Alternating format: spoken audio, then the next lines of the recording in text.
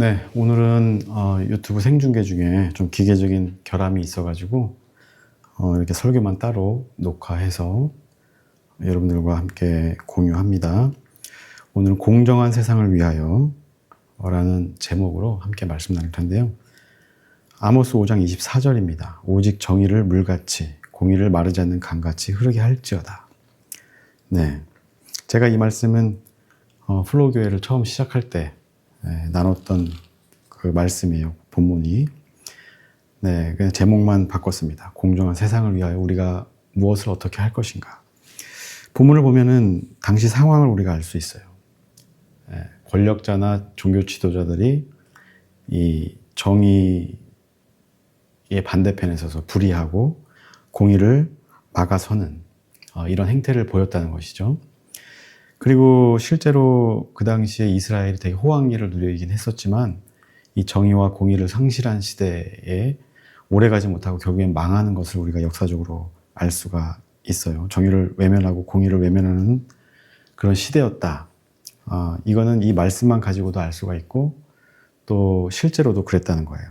이 짧은 본문이지만 아모스의 그 통찰, 시대를 바라보는 통찰을 우리가 엿볼 수 있는 그런 구절입니다. 아모스는 하나님의 정의가 공의가 흐르게 해야 한다 이렇게 이야기를 하고 있어요. 쉽게 말하면 하나님의 섭리나 하나님의 뜻, 하나님의 정의와 공의가 이 땅 위를 흘러가는데 우리의 욕심이나 왜곡된 어떤 신념들이 그것을 막지 말아야 한다라는 것이죠. 그런데 실제로 나의 신념이, 나의 왜곡된 신앙이 이런 흐름들을 막고 있었다. 결과론적으로 그렇게 말씀드릴 수 있을 것 같아요. 왜 우리가 정의와 공의를 막아서면 되지 않느냐. 모든 개인이나 단체나 교회나 기업이나 나라는 이 정의를 외면하고 공의를 외면했을 때, 공정과 상식을 잃어버렸을 때 망조의 길에 들어섰거든요.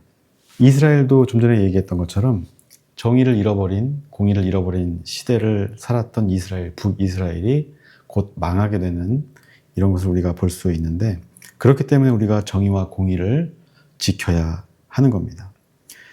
그래서 이 정의와 공의가 무너지면 각 개인의 안전도 보장받을 수 없는 거예요. 당장은 큰 사단이 나거나 뭐 어려운 일이 없을 수 있겠지만 결과적으로 이 땅에 정의가 사라지고 불공정이 횡행하게 되면 결국에는 우리 개개인에 미치는 영향도 굉장히 크다는 거예요. 결국엔 나라가 망할 수도 있는 위태로운 그런 현실을 마주할 수 있다는 겁니다.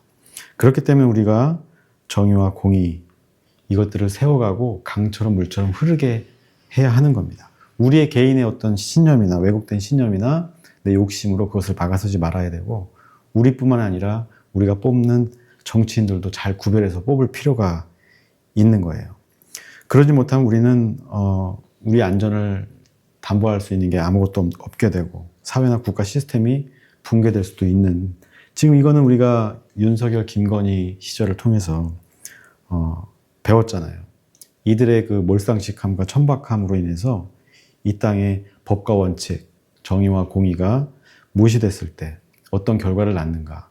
네, 통일교 문제라든지 뭐 여러 가지 사회 문제 지금 보이지 않았었지만 이제 다 드러나고 있잖아요. 그런 것 때문에 나라가 힘들어졌던 것을 우리가 기억합니다. 그래서 우리는 이 원칙을 잘 지켜나가야 하는 겁니다. 우리나라는 그간에 이런 안타깝게도 국민의힘이 집권하는 시절에는 항상 이런 문제들이 불거졌었어요. 그때 때마침 또 그 사회적인 어떤 큰 참사들이 벌어지기도 했어요. 세월호가 그랬고 이태원 참사가 그랬죠. 또 지금도 하루에도 2명씩 산업 현장에서 근로자들이 노동자들이 죽어나가고 있어요. 정의와 공의가 공정이 무너지면 이렇게 한 개인의 안전을 지킬 수 없고 또 나라의 시스템이 망가질 수밖에 없다는 겁니다.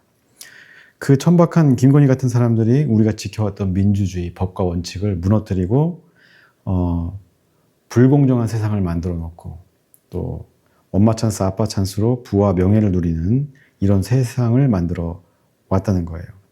그 사람들이 아이러니하게도 항상 내세우는 것이 법과 원칙이고 정의이고 사랑이죠. 그러나 그 결과가 그 말이 진심이 아니었다는 것을 보여주고 있습니다. 우리는 그것을 잘 구분해야 돼요. 정광훈이 떠드는 거, 손윤보 떠드는 거 자유지만 그렇게 떠들고 분탕질하는 것이 결과가 어떠하냐를 보면 그들이 얼마나 어리석고 폭력적인 말들을 해왔는가, 그런 행동들을 해왔는가를 알 수가 있어요. 그렇게 해서 판단을 해야 되는데 맹목적으로 그들을 숭상하고 따라가는 거 굉장히 위험한 일입니다. 그래서 여러분들 여기서뿐만 아니라 어디 가서든 목사나 정치인들을 맹목적으로 따라가고 좋아하는 거 굉장히 위험한 일이에요. 여러분들이 판단하셔야 돼요. 아모스만큼은 아니더라도 이 시대를 읽는 통찰력을 키워야 되고 그 통찰력을 바탕으로 이 땅의 정의가, 공의가 물처럼 흐르고 있는가, 이 사람의 말이 행동으로 이어지는가, 이것들을 우리가 관찰해야 하는 겁니다. 벌써 내란이 1주년이 지나버렸어요. 내 생에 가장 숨막히는 1년이었습니다. 정의가 사라지고 공정함은 무시되었던 몇 년 동안 그런 일들이 있었죠. 그래서 윤석열, 김건희 재임 기간 동안에 나라는 쇠약해졌고 경제는 파탄이 났어요. 저 같은 소상공인들도 느낄 만큼 굉장히 불경기를 체감하고 있습니다. 이제 조금 나아지고 있습니다만, 아무튼 이렇게 불의한 자들이 나라의 주요 요직에 발탁돼서 여전히 자기 자리를 꿰차고 있으면서 이 나라의 정의와 공의를 갉아먹고 있는 이런 시대입니다. 내란을 막고 새로운 대통령을 뽑았지만 여전히 1년이 지난 지금에도 그들은 견고하게 남아 있어요. 이렇게 흐르는 강물처럼 이 땅의 정의와 공의가 흘러가야 되는데 이 불의한 몇몇 사람들이 온몸으로, 온 마음으로 이 흐름을, 물결을 막아서고 있죠. 특히 그 정점에 조이대 같은 사람들이 있는 겁니다. 또 지기현 같은 사람들도 있고 권성동이나 이 국민의힘 이런 사람들이 있는 것이죠. 거스를 수 없는 그 물결을 온 힘과 어떤 결기를 가지고 조직적으로 막고 있는 거예요. 이래서 악은 부지런하다 우리가 이야기하는 겁니다. 이런 와중에 우리 사법부 카르텔, 검찰 카르텔, 정치 카르텔들이 얼마나 견고하게 서로 결탁되어 있는지 우리가 1년 동안 알게 되었고, 그것 때문에 속상하고 마음 아프고 짜증나고 힘들었던 기억이 있습니다. 이런 사람들 때문에 내란을 종식시키는 일도 쉽지만은 않아 보여요. 그러나 우리가 끝까지 싸워야 하는 겁니다.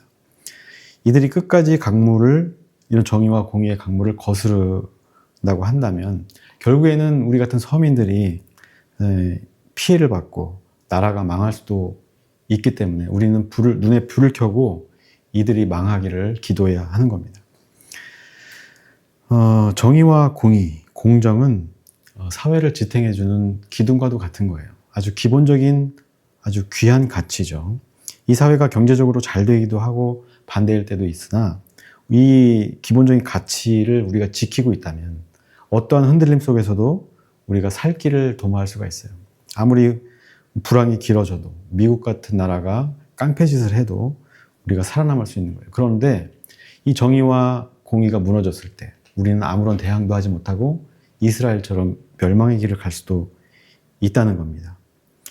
당시에 이스라엘도 호황기를 누렸지만 정의와 공의를 잃어버린 대가로 나라를 잃어버리고 포로로 잡혀가고 그 이후에 남유다도 멸망의 길을 갈 수밖에 없었죠. 네, 제가 여러 번 말씀드렸는지 모르겠지만 이스라엘도 그랬어요. 강대국들 사이에 껴서 말하자면 다자무역이라고 하죠. 무역의 요충지로서 호황기를 누렸어요.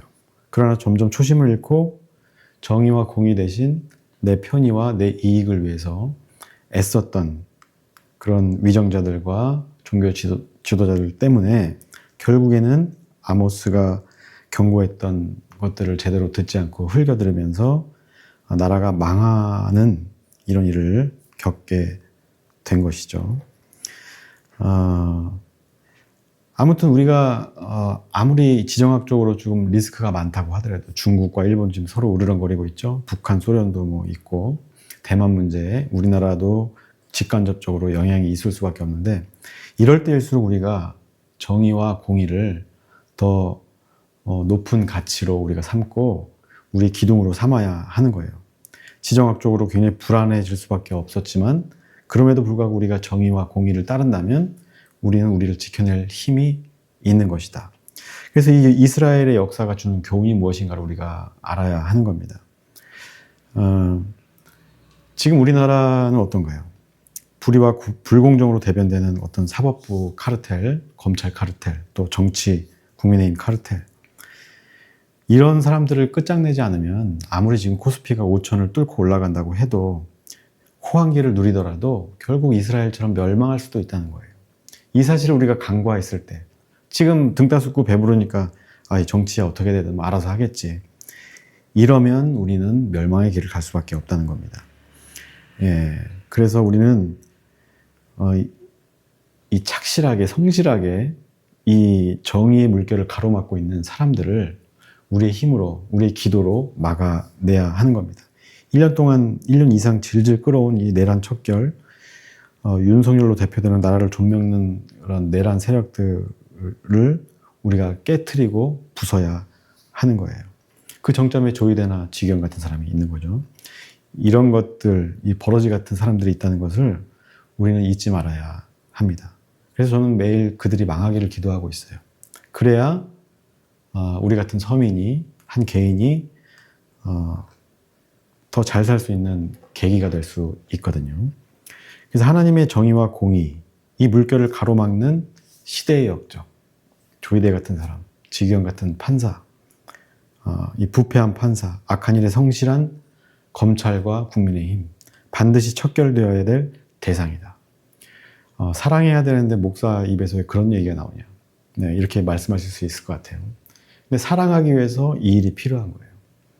네, 불의한 사람들을 내버려 뒀을 때 아무 힘없는 사람들이 그 영향을 받고 그 영향으로 인해서 죽거나 다치거나 경제적인 어려움을 겪을 수 있기 때문에 그들을 살리기 위해서는 이러한 악한 불의한 세력들을 반드시 척결해야만 해요. 제가 개인적인 억하심정이 있거나 뭐 안 좋은 기억이 있어서가 아니라 이들의 이런 불법적인 행태들, 이런 것들을 막지 않으면 우리나라의 안전도 보장할 수 없거니와 개인의 안전도 담보할 수 없다는 거예요. 돈 많고 권력이 있는 사람들의 안전과 그런 것들을 위해서 많은 사람들이 다수가 희생되어야만 하는 그런 구조를 고착화시킬 뿐이란 말이죠. 그렇기 때문에 우리가 하나님을 사랑하듯 이웃을 사랑한다고 하는데 이웃을 사랑하기 위해서 더더욱이나 이런 부패한 판사들 척결해야 하는 겁니다. 말이 좀 거칠 수도 있고 과격할 수도 있지만 달리 표현할 방법이 없어요. 이들이 무너지고 깨져야, 죽어야 결국엔 하나님의 정의가 마음껏 흐르게 되는 것이고 공의가 강처럼 흐르게 되는 겁니다. 이렇게 우리가 기도해야 돼요. 하나님의 공의가 강처럼 흐르게 해달라고. 악한 세력들이 이 물줄기를 가로막지 못하도록 무너뜨려 달라고 기도해야 하는 겁니다. 그래야 약한 사람들이 살고 성실한 사람들이, 착한 사람들이 살 수 있는 거예요. 그것이 하나님 나라를 구현하는 일이 되는 겁니다. 그래서 이렇게 기도하는 것이 지금 오늘날 우리에게 주어진 그리스도인으로서 해야 할 마땅한 사명이다. 저는 감히 이렇게 말씀드리고 싶습니다. 여전히 악은 강하고 견고해요. 지금 버티고 있는 대법원, 그리고 판사들, 또 국민의힘, 윤석열도 짱짱하게 버티면서 어떻게든 빠져나갈 궁리를 하고 있잖아요. 그럴 수 있을지 없을지 모르겠으나 이 사람들에 대해서 우리가 아무런 문제의식을 갖지 않는다면 우리는 불의하고 불공정한 세상을 그냥 방치하게 되고 나 자신은 물론 우리 가족과 우리 사회가 난도질 당할 수도 있다. 이 사실을 기억하면서 우리가 행동하고 기도해야 하는 거예요. 이들을 물리쳐달라고 기도하고 시간이 되고 기회가 된다면 나가서 투쟁하는데 목소리 보태고 그 자리에 한 자리 지키는 것으로 우리는 이 땅을 정의롭게, 공의롭게, 공정하게 법과 원칙이 살아있는 세상으로 바꿀 수 있다는 사실을 꼭 기억했으면 좋겠습니다. 그래서 이 땅이 천국이 되도록 애쓰는 것, 그것이야말로 하나님을 사랑하는 것이고 이웃을 사랑하는 것이다. 그것이 참된 그리스도인의 삶인 것이다. 이 말씀을 여러분께 전합니다. 그래서 우리가 공정한 세상을 위해서 우리가 그리스도인으로서 무엇을 할 수 있느냐? 기도해야죠. 그리고 불의한 말을 하는 사람들, 특히 목사나 이런 정광훈 같은 사람들이 그런 얘기하면 아닙니다라고 당당하게 이야기할 수 있어야 하는 것이죠. 네. 저는 그러다가 이제 교회에 적응 못하고 쫓겨나듯 그만두긴 했습니다만, 그럼에도 불구하고 내 이익을 위해서가 아니라 하나님 나라를 위해서, 공정한 세상을 위해서 우리가 애써야 한다는 사실을 우리 꼭 기억했으면 좋겠습니다. 오늘 말씀 여기까지 할게요.